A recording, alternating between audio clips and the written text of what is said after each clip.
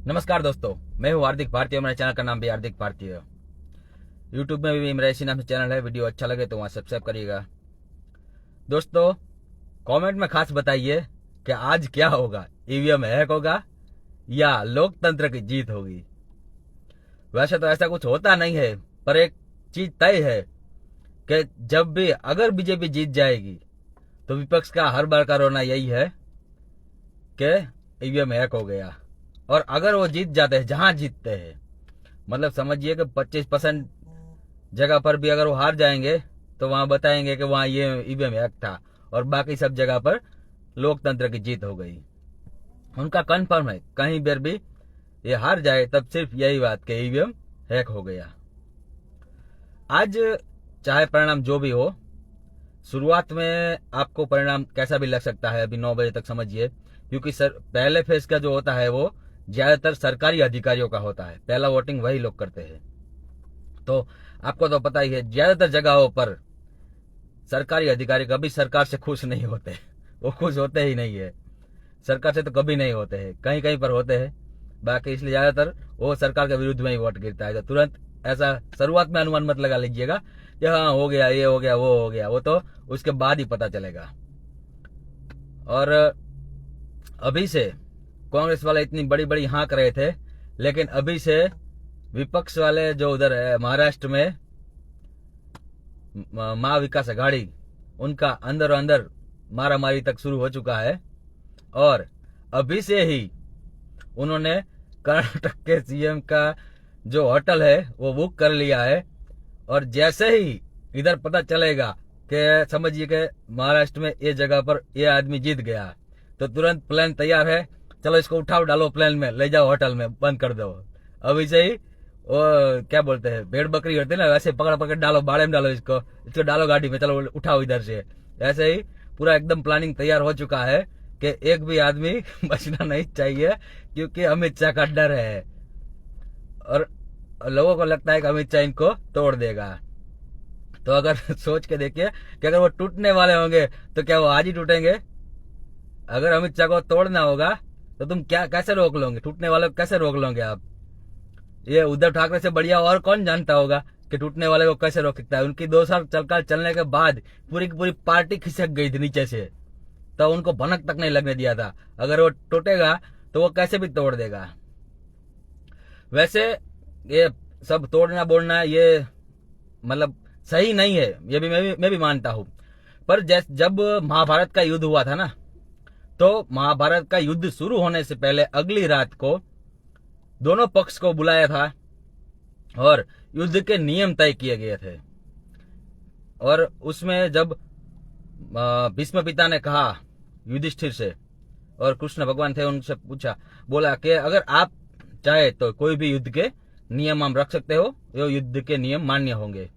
तब युधिष्ठिर ने कहा और कृष्ण भगवान ने कहा कि आप सबसे बड़े हैं और सबसे ज्ञानी भी है, तो आप जो भी युद्ध के नियम बनाएंगे वो युद्ध के नियम हम पालन करेंगे। तो ऐसे अलग अलग नियम बनाए थे, जैसे कि रथी से रथी लड़ेगा, मतलब रथ पे होगा उससे रथ पे वाला लड़ेगा, नीचे चलने वाले से पैदल वाला लड़ेगा, हाथी वाले के हाथी लड़ेगा।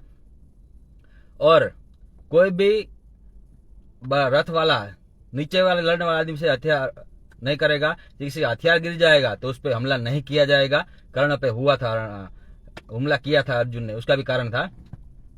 और एक आदमी से एक ही आदमी लड़ेगा, ऐसे नियम तय किए गए थे। और शाम होते ही, संध्या होते ही वो युद्ध का विराम कर दिया जाएगा। और अगर रात को चाहे तो दोनों पक्ष आपस में मिल भी सकते हैं, ऐसे सब नियम बनाए थे। लेकिन तब कृष्ण भगवान के पक्ष से एक राजा, मेरे को नाम याद नहीं आ रहा है, उन्होंने कहा था कि हम आपके हर एक नियम का पालन करेंगे, पर अगर नियम आपकी तरफ से पहले टूटे तो मैं इसका वचन नहीं देता हूं कि उसके बाद हम नियम का पालन करेंगे। तो सबसे पहले अभिमन्यु को घेर कर मारा गया। उसके बाद कृष्ण भगवान ने भी कहा कि जब उन्होंने ऐसा किया है तो हमें भी करना पड़ेगा। तो जब कर्ण उसका रथ का पहिया फंस जाता है, तब पहिया निकलने जाता है, तब तीर चलाने के लिए कृष्ण भगवान बोलते हैं कि इसके तीर चलाओ पार्थ। तब अर्जुन कहता है कि नहीं भगवान, मैं उसके हाथ में हथियार नहीं है, मैं उस पर तीर नहीं चला सकता हूं। तब कृष्ण भगवान याद करवाते हैं उसको कि अभिमन्यु को क्या एक योद्धा ने मारा था? सबने मिलकर मारा था ना। तो युद्ध के नियम पहले उन्होंने तोड़े हैं, तो अब तुम भी युद्ध का नियम तोड़ो। तो उस हिसाब से मैं आपको कहना चाहता हूं कि अटल बिहारी वाजपेयी जी की सरकार, वो बहुत भले इंसान थे, सरकार थी तब बहुमत साबित करना था, तो उनके एक वोट से उनकी सरकार गिराई गई थी, एक वोट से। और तब पूरी संसद, भरी हुई संसद में पूरा विपक्ष हंस रहा था, पूरा विपक्ष। तब वो भाषण मेरे को याद है अटल बिहारी वाजपेयी जी का।